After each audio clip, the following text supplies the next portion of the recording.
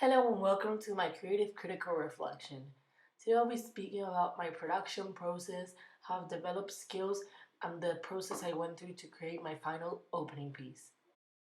My chosen genre for the brief was a thriller. I chose this genre because I have always been fascinated by its enigmatic nature. I specifically focus on the subgenre of psychological thriller.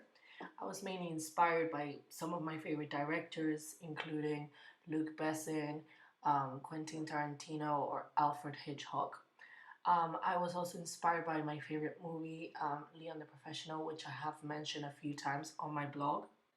What drew me to their author style was their use of bare and calm mise-en-scenes, which I tried to emulate in my own opening sequence. I also did this by researching in apps such as Pinterest, and I created my own account just to find some inspiration for my aesthetic.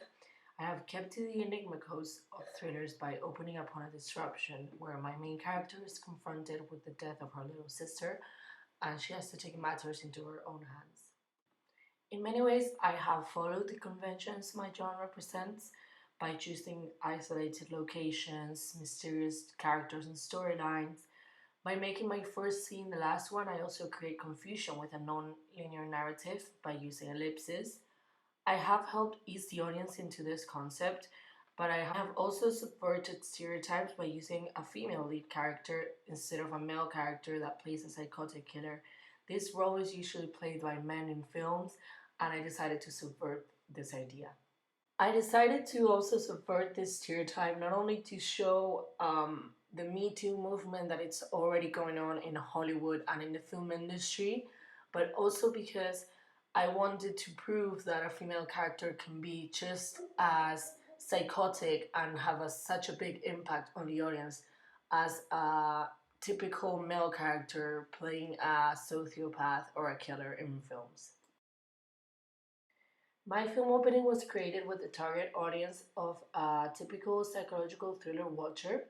To engage with my audience, I researched and followed the codes and conventions of my genre, and I incorporated them into my film opening. Most of the time, my film followed the conventions instead of subverting them. This is because, in some ways, I wanted to play it safe since I had a limited amount of time to film. It had to be 2 minutes 30 long, the maximum. So I decided to play it safe on that side, although I did subvert some stereotypes and some conventions, such as a female lead character. By following these conventions, I also played it safe because I knew that it was going to engage the audience that usually watches these types of films, since it follows all the conventions that usual psychological thrillers follow. I decided to distribute my opening as if it were a real movie. To do this, I created a Pinterest and Instagram account.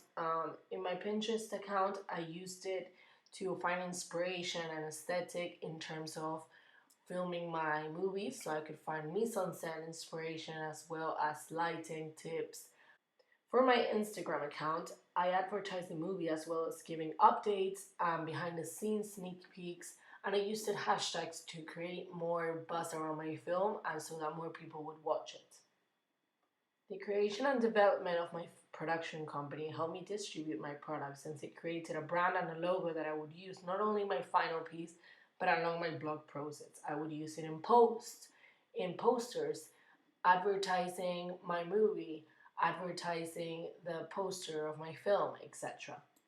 To make sure I was advertising it correctly, I researched how many film production companies distributed their media text and the ways they had advertised their products and tried to mimic them. My movie poster is an example of a way I distributed my film because I used it to show the release date, to show my actors, and also to give a feel of what my film was going to look like and what it was about. At the start of my coursework, I had limited knowledge of the requirements that were needed to create, film, and promote a movie. I slowly began researching apps and tools I could use to distinguish my blog from the rest and create animations for my opening as well as my posts. I also used apps to create things such as my opening titles, my film posters, animations for my post, Also to create original posts, not only written ones in the actual app I was using for the blog. I started off by using the website Blogger to create a blog where I was going to upload all my work.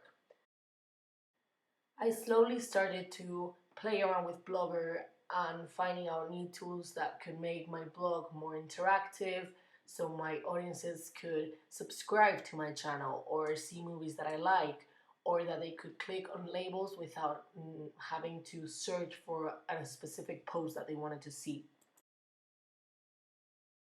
I also used the app PixArt to create things such as my movie posters, since I could play around with shapes and image distortion to create a poster like Leon the Professional, which is paint-like and it's not fully a picture. For my post videos, I use the editing app iMovie, which was very simple instead of using Premiere Pro, which is what I used to edit my final piece. This app was more quick and had simple uses, which is what I needed for my videos, to make them quick and upload them as fast as possible, just so I could meet deadlines and create more posts that I wanted. Another post I used was Giphy. This app not only allowed me to put text over pictures and videos for my post covers, but I could also create GIFs, which made small videos inside my post when I needed to show a specific scene in a movie or a specific object in a scene. Part of my production skill development included the feedback I got from my teachers as well as my peers, and most of them included that I should do more original posts, not only written ones. So I found an app called Canva and another one called Prezi, which made the post more original and stood out from the rest. And it would create posts that are more interactive. I could do voiceovers, or it was a presentation like website. Overall, my production skills have improved a lot from the beginning of the year, and I have developed knowledge and better understanding of what it's needed to produce a media text and what I needed to do to create my film opening. In the process of creating my film opening and my brand, I used different apps and websites that helped me achieve the coursework I wanted to create. Social media has impacted the world and the film industry heavily. Many actors, production companies, and directors have social media accounts to boost their popularity, and this way increase the number of viewers on their films. I decided to create, as I've said before, an Instagram account and Pinterest account for my own production company, where I would post videos, behind the scenes pictures, as well as I created a YouTube channel where I uploaded videos, interviews, and feedback I received from my peers and teacher. I will be leaving the links to all of this below.